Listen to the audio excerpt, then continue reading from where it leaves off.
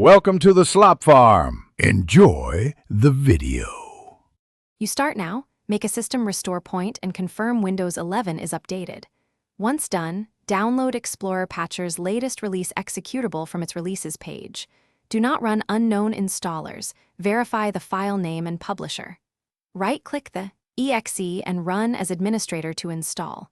After the installer completes, Explorer will restart automatically. Make sure you let it finish.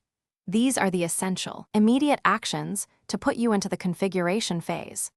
Once EP is installed, open its settings from the system tray or by right-clicking the taskbar and choosing Properties. You'll find Appearance Controls. Choose Transparency or Acrylic and toggle it on. Adjust the blur strength and tint to get the look you want. Higher blur equals stronger glass effect. Make sure to enable transparency for both title bars and File Explorer windows if available. Save settings and allow Explorer to refresh. This applies the transparent acrylic effect to File Explorer. Finish by restarting Explorer or rebooting to ensure every window picks up the acrylic effect.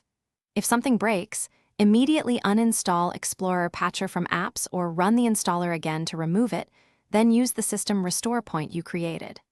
Make sure you check for an updated EP release after a Windows update, since compatibility issues appear quickly. Updating usually fixes them. If Explorer crashes repeatedly, boot to safe mode and remove the tool. Then restore to the saved point. Thanks for watching. Consider subscribing if we helped you today.